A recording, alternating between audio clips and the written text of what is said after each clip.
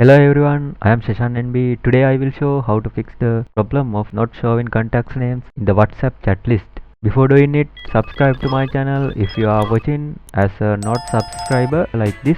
So let's go to the video.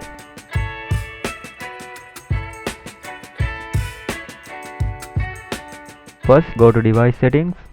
Now find apps, applications or app manager in the settings. After that find the location of the app list like this.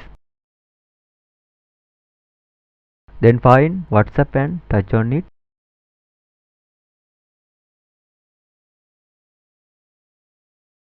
Go to permissions. Then touch on contacts. Now touch on allow. After that back to the WhatsApp info and go to the storage settings. Then touch the clear cache. Now close WhatsApp on recent apps.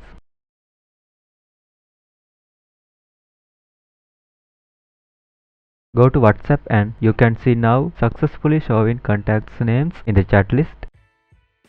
If it still does not show up after doing that, then restart the device and check again.